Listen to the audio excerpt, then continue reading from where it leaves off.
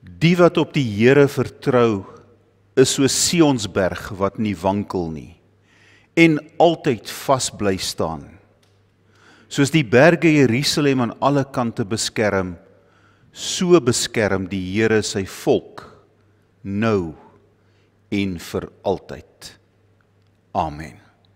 Gemeente van Waterval en vriende, ek groet vir julle met die seën van die Here, genade en vrede vir julle van God onse Vader, en van die Here Jesus Christus, deur die kragvolle werk van sy Gees.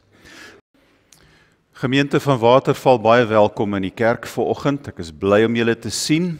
Aan al ons YouTube-kykers sê ons ook 'n spesiale woord van welkom. Mag die Here ook vir jou seën, waar jy hierdie diens in jou eie tyd by jou huis kyk. Ons tema vanoggend om aan te sluit by Vadersdag, ek wil 'n hart hê soos my Vader. So die boodskap is vanoggend spesifiek gerig aan elkeen wat 'n pa is, elkeen wat 'n oupa is. En dit kom uit Lukas 15, vers 11 tot 32. Kom ons buig die hoofde. Baie dankie Here vir die voorreg wat ons het om vanoggend in die huis te wees. U deur u Gees ons opgeroep om te kom. En dit is 'n bewys dat u in ons werk en met ons werksaam is, en ons vorm, en ons vernuwe, en ons rig om na u te soek, en uiteindelik te wees en te word wat u wil hê. Dankie Here dat u ons God is, wat ons nooit vergeet nie, wat ons bly toevou en bly tegemoet kom met u sambreel van genade. Ons is hier om nie net vir u lof toe te sing nie, wat ons ook gedoen het met die lied. Ons is ook hier om met u te praat. Maar bo dit, u is ook hier om ons te ontmoet deur u Gees en die woord en met ons te praat. So sal u vir ons 'n woord gee. Natuurlik is ons vertrekpunt die Bybel, u woord. So maak dit vandag vir ons vatbaar, eenvoudig, iets wat ons hier kan wegneem vir die lewe. En spesifiek vir ons as paas, dat ons ook hieroor dink. En ons luister graag. So neem alles wat skeiding maak, ons lekker kuier en ons ete en ons saamwees later vandag, en sit dit bietjie op die agtergrond. Ons wil nou net hier op u konsentreer. So hier is die kinders. Ons vra dit in Jesus Christus se naam, ons Here en Verlosser. Amen. Lukas 15, vers 11 tot 32, en dit is die baie bekende verhaal wat die Here Jesus vertel, of die gelykenis rondom die verlore seun, soos wat ons dit ken. Ek wil 'n hart hê soos my Vader. Verder het Jesus gesê, daar was 'n man wat 2 seuns gehad het. Die jongste het vir sy pa gesê, pa, gee my die deel van die besittings wat my toekom. Hy het toe die goed tussen hulle verdeel. Nie lank daarna nie die jongste seun alles tot geld gemaak en van die ouer huis af na 'n ver land toe vertrek. Daar het hy sy geld verkoos deur losbandig te lewe. Nadat hy alles deurgebring het, het daar 'n kwaai hongersnood in daardie land gekom en hy het ook begin gebrek ly. Hy het toe sommer by een van die mense wat in daardie land gaan bly en die het hom na sy plaas toe gestuur om varke op te pas. Daar het hy gewens hy kon sy honger stil met die peule wat die varke eet, maar niemand het hom daarvan gegee nie. Toe kom hy tot inkeer en sê, my pa het wie weet hoeveel dagloners, en hulle het almal oorgenoeg kos, en hier vergaan ek van die honger. Ek sal dadelik na my pa toe teruggaan en vir hom sê, ek het teen God en teen pa gesondig. Ek is nie meer werd om pa se seun genoem te word nie. Behandel my soos een van pa se dagloners. Hy het toe sonder versuim na sy pa toe teruggegaan. Toe hy nog ver aankom, het sy pa hom al gesien en hom innig jammer gekry. Hy hardloop hom tegemoet, omhels hom en soen hom. Toe sê die seun vir hom, pa, ek het teen God en teen pa gesondig. Ek is nie meer werd om pa se seun genoem te word nie. Maar sy pa roep sy werksmense, maak gou, bring klere, die beste, en trek dit vir hom aan. Sit vir hom 'n ring aan sy vinger en trek vir hom skoene aan. En bring die vetgemaakte kalf, slag hom, en laat ons eet en feesvier.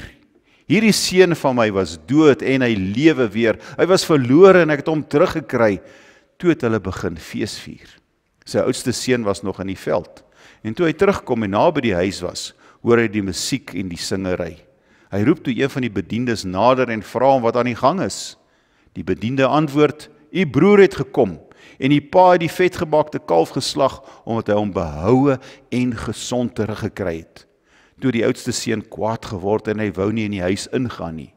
Sy pa gaan toe uit en praat mooi met hom, maar hy antwoord, kyk, al die jare werk ek soos 'n slaaf vir pa, nog nooit het ek 'n opdrag van pa verontagsaam nie, en vir my het pa nog nooit eers 'n bokkie gegee, sodat ek saam met my vriende kan feesvier nie.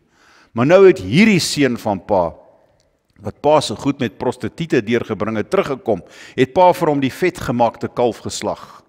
Toe sê die pa vir hom, kind, jy's altyd by my, en alles wat ek het, is ook joune. Maar ons kan tog nie anders as om fees te vier en bly te wees nie, want hierdie broer van jou was dood en hy lewe weer. Hy was verlore en ons het hom teruggekry. Tot sover ons skriflesing. Nou ja, paas, oupaas, geseënde Vadersdag. Mag dit vir jou 'n besondere fantastiese dag wees, saam met jou kinders en jou kleinkinders as hulle kom kuier of as hulle jou vandag bederf. Dankie dat jy 'n awesome pa is.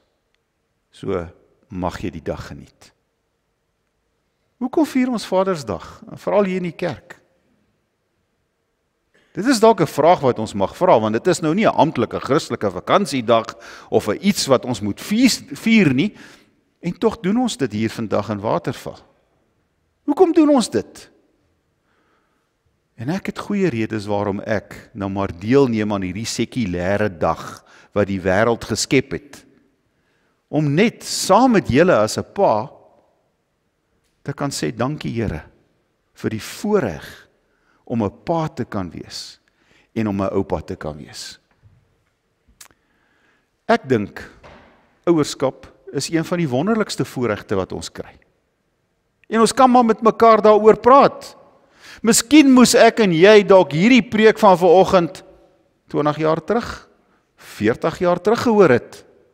Miskien sou dit dan 'n groter impak gemaak het en betekenis gehad het as wat dit nou vandag sal hê, maar tog dink ek dit, om ouers te wees en om korrek ouers te wees, vorm die basis van enige samelewing. Ek wil tog waag om vanoggend te sê, ek dink baie issues en probleme en gemors wat ons vandag het in hierdie wêreld, is as gevolg van die feit dat die gesin uitmekaar uitbreek. En dat die basis van die samelewing daardeur beskadig word. En die rol van 'n pa word totaal onderskat. Ek kom agter met dit wat ek in die wêreld hoor en dit wat ek lees, en veral as 'n mens kyk na die hele woke beweging en 'n klomp ander goed wat in die wêreld gebeur, is dit asof dit nie meer belangrik is om man te wees nie. En dit nou onbelangrik is om pa te wees. En dat daar so stelselmatige poging is om die rol van man wees en van pa wees stadig maar seker te degradeer en af te breek asof dit onbelangrik in hierdie wêreld is. Ek dink tog, as kinders van die Here, het ons nodig om met mekaar daaroor te praat. En ons kan baie uit die Bybel uit leer. As jy wil bietjie meer weet van ouerskap en van pa wees, gaan lees net Spreuke. En jy sal hoor hoeveel goed daar gesê word oor ouerskap en oor kind wees en om aan ouers gehoorsaam te wees, hoe om dissipline te handhaaf, hoe om 'n huisgesin te bestuur. Gaan lees maar gerus weer 'n slag Spreuke as een van die norms van die Bybel. Nou ek het nou vanoggend hierdie teks gekies. En ons ken dit mos nou maar eintlik as die verhaal of die gelykenis van die verlore seun. Maar ek weet nie so mooi as ek die ding mooi bekyk van 'n kant af nie. Is dit die regte naam? Behoort dit nie dalk te wees die verhaal van die seun wat by die huis gebly het nie? En daai laaste stuk wat ons gelees het, sy reaksie, want Jesus wou eintlik vir die fariseërs 'n boodskap gee, julle is die seun wat by die huis gebly het. So, of is dit nie dalk die verhaal van die goeie pa nie?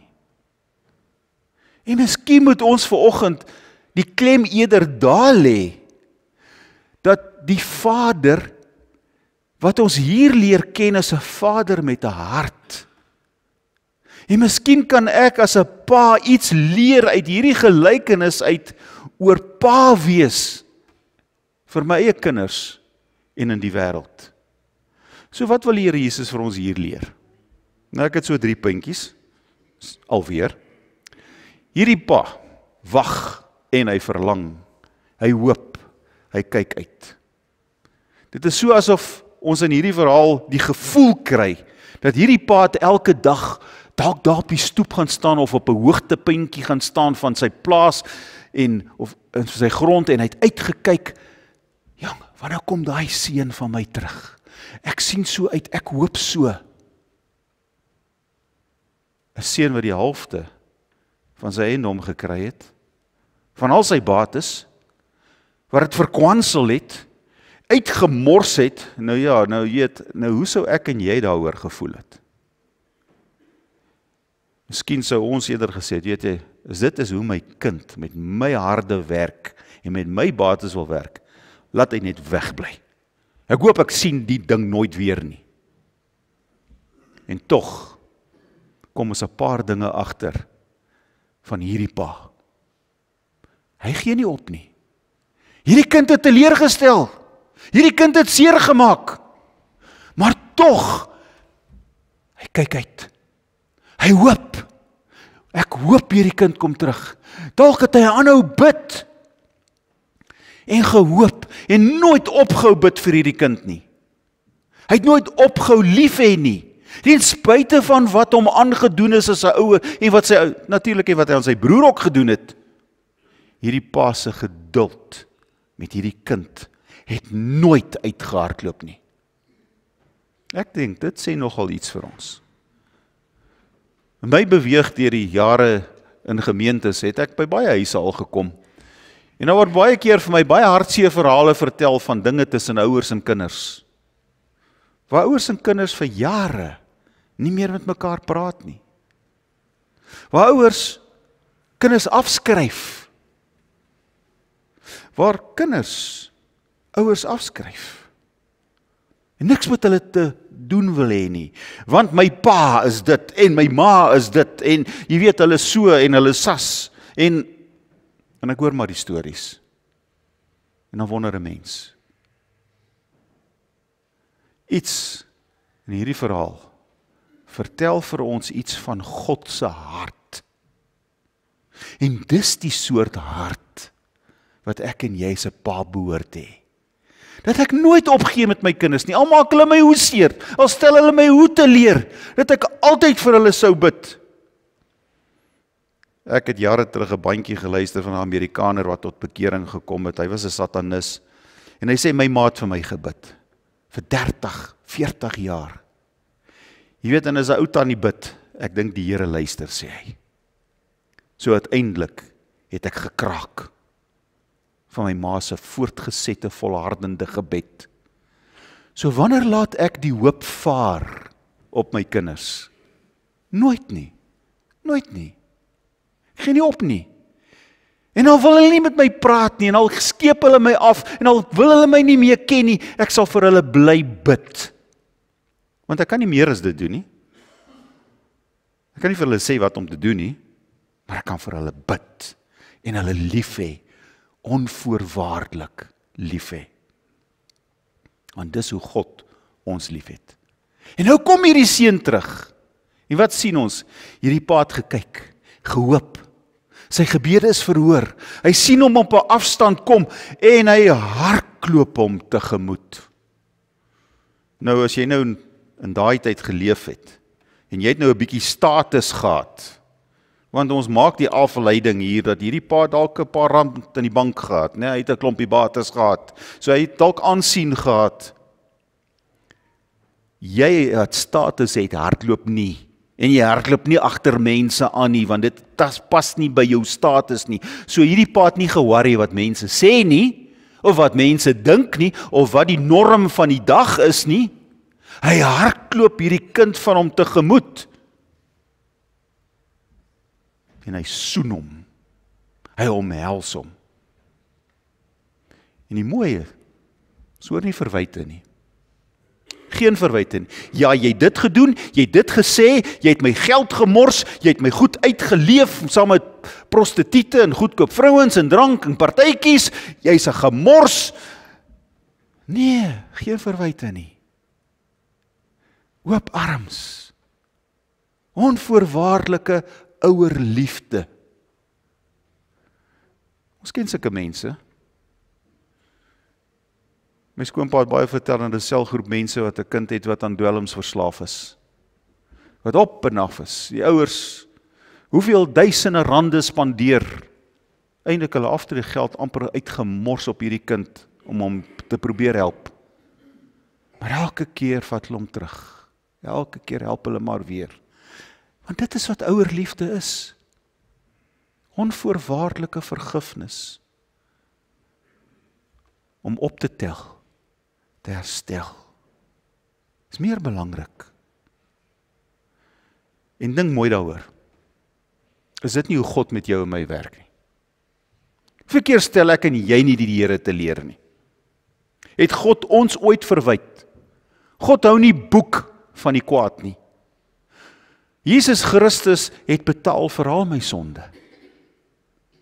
So wanneer ek elke dag voor die Here verskyn, my stilte tyd, hou hy nie gister sy kwaad en sy dade teen my nie. Dis afgeskryf, dis verby. Want dis hoe God met ons werk. En dis wat hy van my en jou as 'n pa verwag, as 'n ouer verwag. En dan hou hierdie pa fees. Daar word partytjie gehou. Kyk, die vetgemaakte kalf was nou of 'n lam of wat ook al was eenkant gehou vir 'n spesiale geleentheid. Dis nou 'n spesiale geleentheid. Daar word nou fees gehou. Ons gaan nou 'n party gooi soos nog nooit gegooi is in hierdie huis nie. Dit is wat gedoen word. Het hierdie seun dit verdien? Nee. Het die pa vasgehou aan die verlede? Nee. Dis verby. Dis agter ons. Dis gedane sake. Hierdie pa kyk nou vorentoe na 'n nuwe geleentheid, 'n vars geleentheid, dat ek en my seun weer die pad kan saam stap. Hierdie blydskap, dat hy terug is, oorbrug al die seer wat gemaak is. En tog, hierdie seun het eintlik 'n houding gehad van, pa, ek is jammer.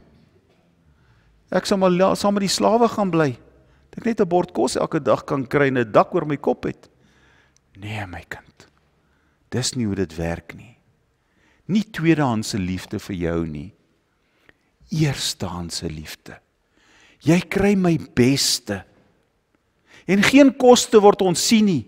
'n Ring aan die vinger, nuwe sandale, nuwe klere en die beste word geslag en dit is 'n partytjie. Om daarmee wys die pa hoe onvoorwaardelik is sy liefde vir sy kind. Dis wat van jou en vir my verwag word. Nou, ek is nie volmaak nie. Ek het baie foute met my kinders gemaak. Vra hulle maar. Maar weet jy, dis oukei. Dis oukei dat ek en jy foute gemaak het. Ons is mense. Ek dink nie ons kinders verwag dat ons volmaakte ouers moet wees nie. Wat ons kinders van ons verwag, is om hulle lief te hê, onvoorwaardelik.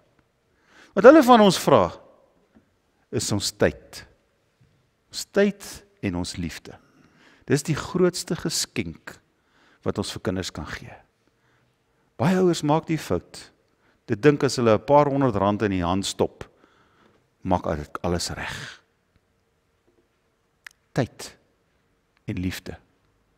Die bekende sielkundige Sigmund Freud, I cannot think of any need in childhood as strong as the need of a father's protection. Hy verstaan as sielkundige wat vorm die basis van die samelewing. Hy verstaan wat is die belangrikste vir 'n kind. Hoor hierdie stories.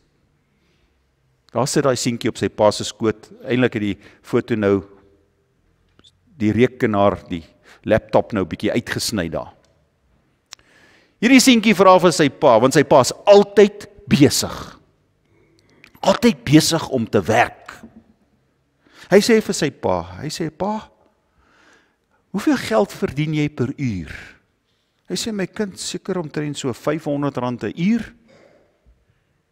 En daar loop hy. En die pa gaan aan met sy werk. Daai aand stap sy pa by sy slaapkamer verby en die seentjies op sy knie besig om met die Here te praat. En hy sê, Vader, hy sê, ek het nou al R450 bymekaar gemaak. Sal u nie nog vir my nog R50 gee nie, want dan kan ek darm 'n uur by my pa koop vir hom die R500 gee.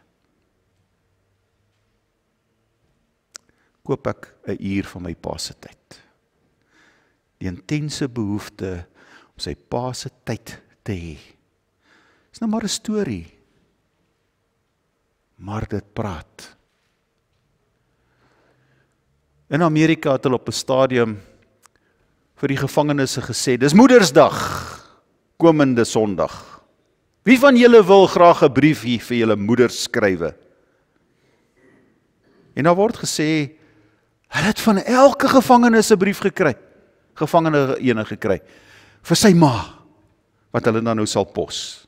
En toe kom Vadersdag so 'n bietjie later, en hulle doen presies dieselfde, en hulle sê vir die gevangenes, ja, so wil julle nie ook op Vadersdag vir julle pa se briefie skryf nie, ons sal dit by julle kom afhaal.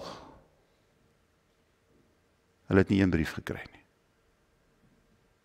So wat sê dit? Dis hoekom hy daar in die tronk sit. Geen behoefte om vir sy pa te skryf nie. Pa bestaan nie vir hom, in sy sel en in sy lewe nie. Tragies. Baie tragies. Dis hoekom die tronke vol is. Dis hoekom daar soveel kinders met soveel probleme in die wêreld is.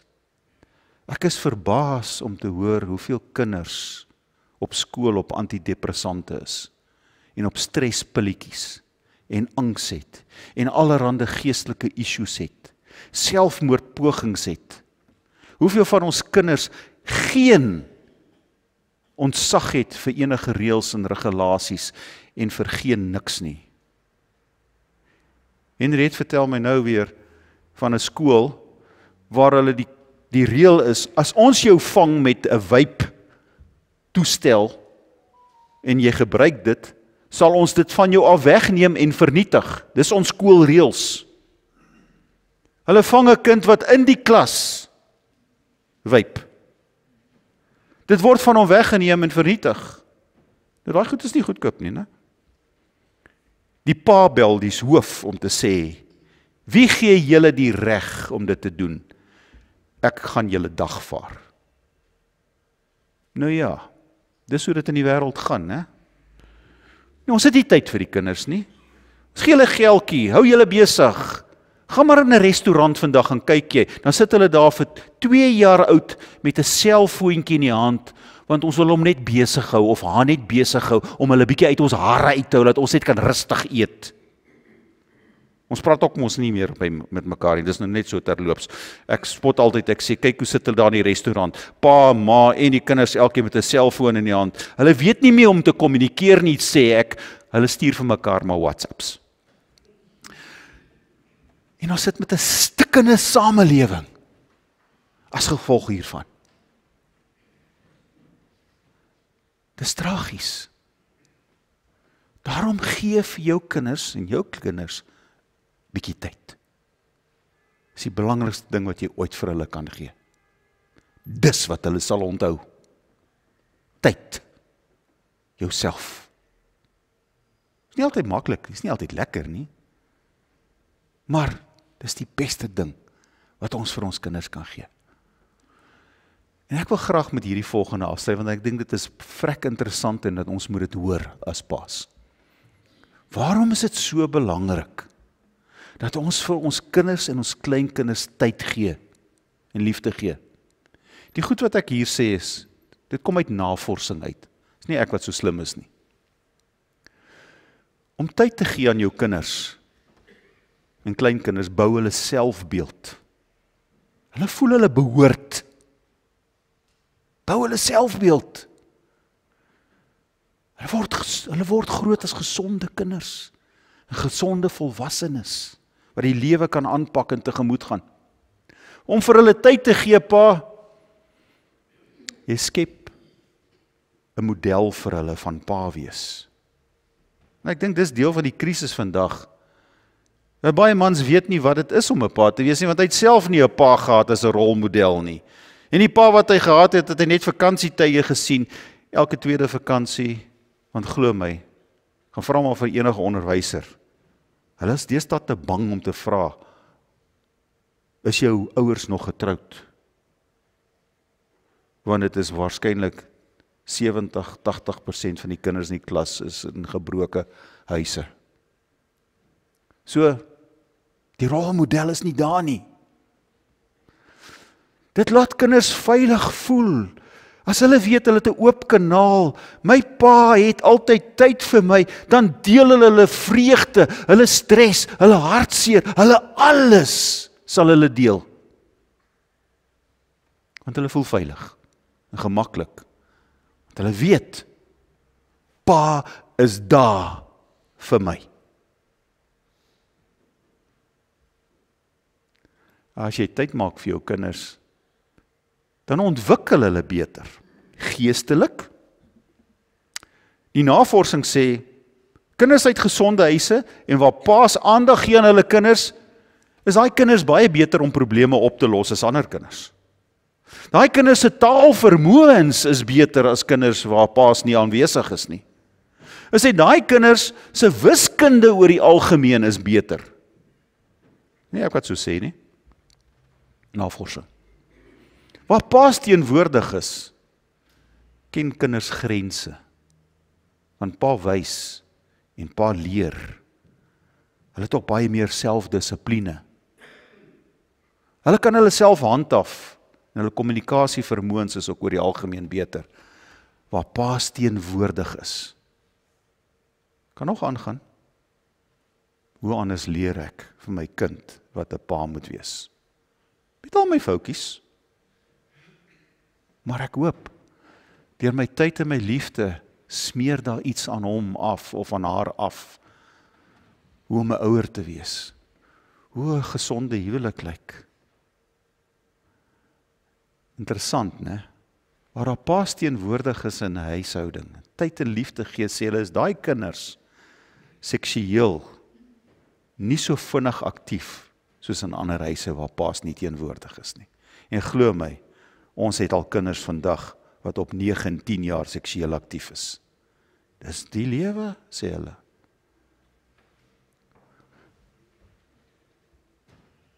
Oor die algemeen doen hulle beter op skool, sê navorsing. Ek wil begin afsluit. Ook, waar paas teenwoordig is, daai kinders, indien ooit, kry nie sommer selfmoordgedagtes nie, wil nie hulle lewe neem nie, want ek het 'n pa, met wie ek kan praat, wat 'n oop kanaal vir my het, en vir my tyd het. En hulle raak nie sommer by geweld en misdaad betrokke nie. Nie sommer nie, sê nie, in alle gevalle nie, nie sommer nie. En oor die algemeen waar paas teenwoordig is daar beter genderontwikkeling. En ek dink dis deel van die probleem ook in die wêreld. Dat baie mans en baie vrouens weet nie meer wat hulle is nie, omdat daar nie meer rolmodelle is nie. En nie meer vir hulle help nie.